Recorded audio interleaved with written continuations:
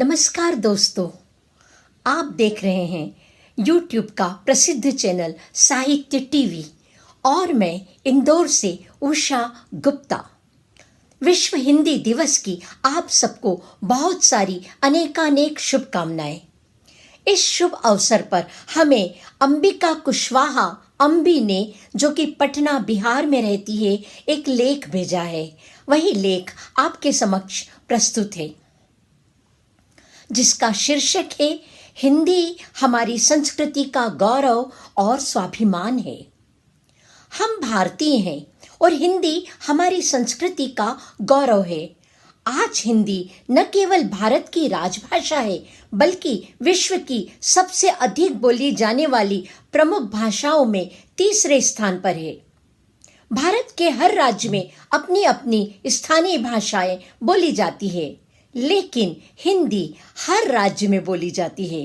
यह सरकारी कार्यालयों से लेकर आम लोगों के रोजमर्रा के संवाद तक का प्रमुख माध्यम बनी हुई है।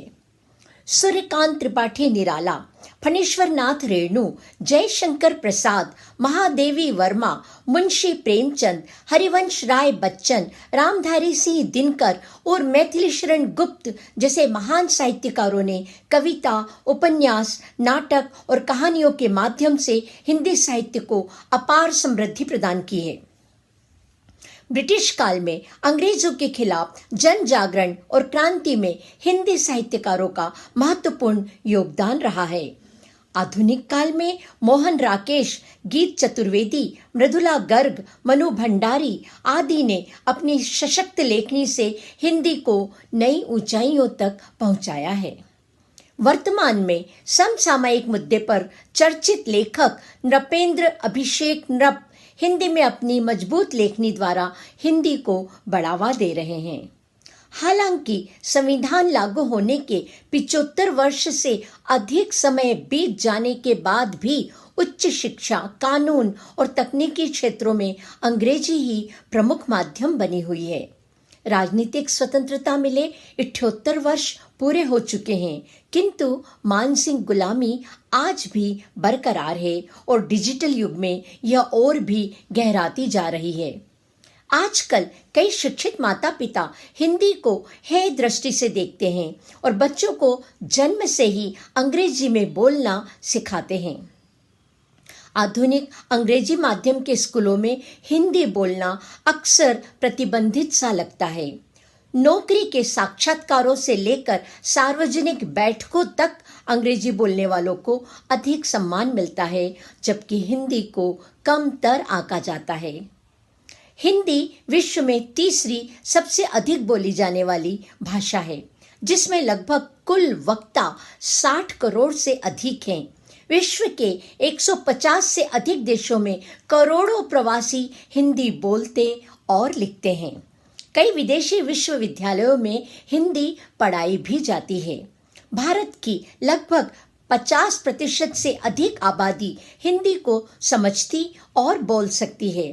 फिर भी ज्ञान विज्ञान, तकनीकी शिक्षा और उच्च अध्ययन का माध्यम अभी भी मुख्यतः अंग्रेजी है।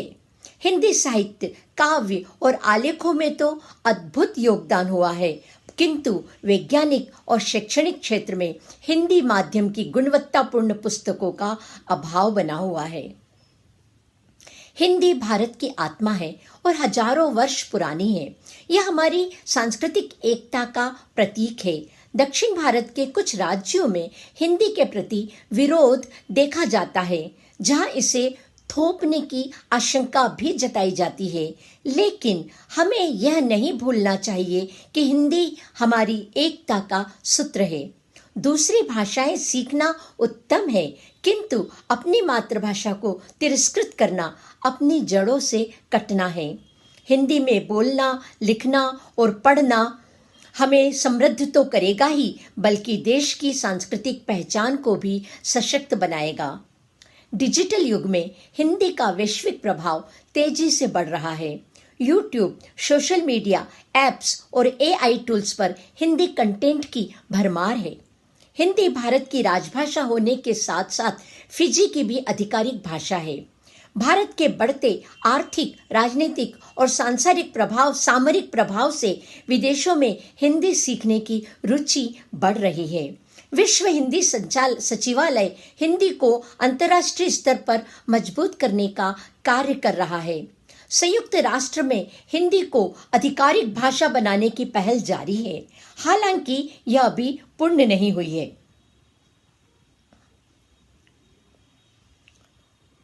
हिंदी को तकनीकी और डिजिटल युग के अनुरूप विकसित करना अति आवश्यक है। स्कूल विश्वविद्यालयों में हिंदी माध्यम की शिक्षा को प्रोत्साहन देना और जहां तक संभव हो अनिवार्य बना देना चाहिए। सभी राज्यों के नागरिकों को यह समझना होगा कि अपनी भाषा का अपमान स्वयं का अपमान है। जब तक हम अंग्रेजी की प्रतिष्ठा का प्रतीक और भारतीय भाषाओं को साधारण मानते रहेंगे, हिंदी का पूर्ण उत्थान संभव नहीं है। हिंदी हमारी जन्मभूमि की आत्मा है। हिंदी बोलने, लिखने, पढ़ने और सीखने में हमें शर्म नहीं बल्कि गर्व का अनुभव होना चाहिए।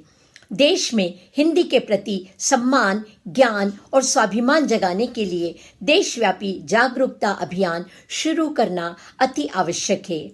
हमारा कर्तव्य है हम हिंदी को अपनाएं और उसको वास्तविक गरिमा प्रदान करें, क्योंकि हिंदी सिर्फ भाषा ही नहीं, हमारा स्वाभिमान है। तो आइए हम सब प्रण लें कि हिंदी को और ऊंचे स्थान पर ले जाने की भरसक कोशिश करेंगे।